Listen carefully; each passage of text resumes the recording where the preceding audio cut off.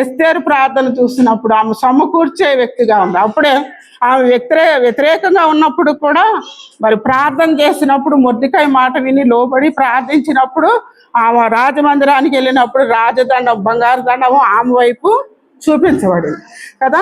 ఆ ప్రార్థన ద్వారా యూదులందరినీ ఏం చేసిందామా? మరణం అయిపోకుండా రక్షించుకోగలిగింది. అర్థమవుతుందా? ఆ ప్రార్థన ద్వారా, ఐక్యత కలిగిన ప్రార్థన ద్వారా అనేక శాసనాలను రద్దుపరిచేయగలిగిన ప్రార్థన మనం చేయగలుగుతాం. కాబట్టి మనలో ఏముండాలి?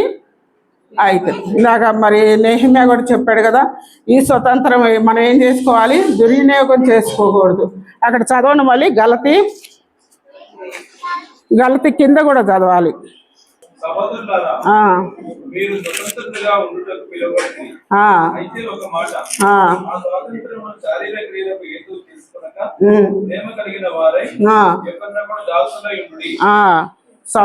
చదువు కింద చదువు. ధర్మశాస్త్రం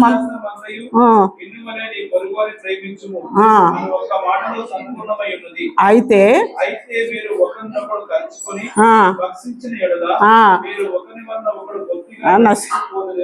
చూచుకొనుడి కదా. ఇక్కడ ఏమనుంది? మనం ప్రేమ కలిగి ఉన్నప్పుడు నిన్ను వలె నీ పొరుగు వారిని ప్రేమించినప్పుడు అక్కడ వరకు సంపూర్ణం అయిపోతుంది. అక్కడ ఏ కలత ఉండదు, ఏ గలిబీలు ఉండదు, ఏ కలవరం ఉండదు, ఏ మరి మనశ్శాంతి కూడా, శాంతి మన హృదయంలో ఎటువంటి కలవరాలు ఉండవు కదా. ఒకరినొకరిని ప్రేమించుకున్నప్పుడు ఇంకేముంటాయి? ఏ అనుమానాలు మనలో ఉండవు. అందుకని ఈ స్వతంత్రాన్ని ఏం చేసుకోవాలి? మనం ఈ శరీర క్రియలకు మనం హేతు చేసుకోకూడదు కదా. ఆత్మకార్యాలకే మనం ఏం చేసుకోవాలి? వినియోగించుకోవాలి. మరి శరీర కార్యాలు చేసినప్పుడు ఏమవుతుందంటే ఒకరినొకరు ఖర్చుకొని భక్షించుకొని మీరు ఒకరి వల్ల ఒకరు బొత్తిగా నశించిపోతారు. ఆత్మీయ స్థితిలో దిగజారిపోయిన వారంగా ఉంటాం. ప్రార్థనా జీవితం నశించిపోతుంది. వాక్య అనుభవం మన జీవితంలో నశించిపోతుంది. కాబట్టి ఈ స్వతంత్రాన్ని మనం ఏం చేసుకోవాలి? వినియోగించుకోవాలి. ఒకరినొకరు మనం ప్రేమించుకోవాలి.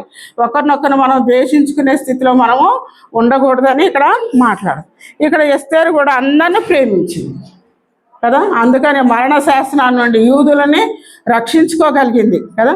మనం కూడా మన సంఘంలో ఒకరినొకరు మనం ప్రేమించుకున్నట్లయితే అనేక అద్భుత కార్యాలు, ఆశ్చర్య కార్యాలు మనం ఇది ఎస్తేరు ప్రార్థన.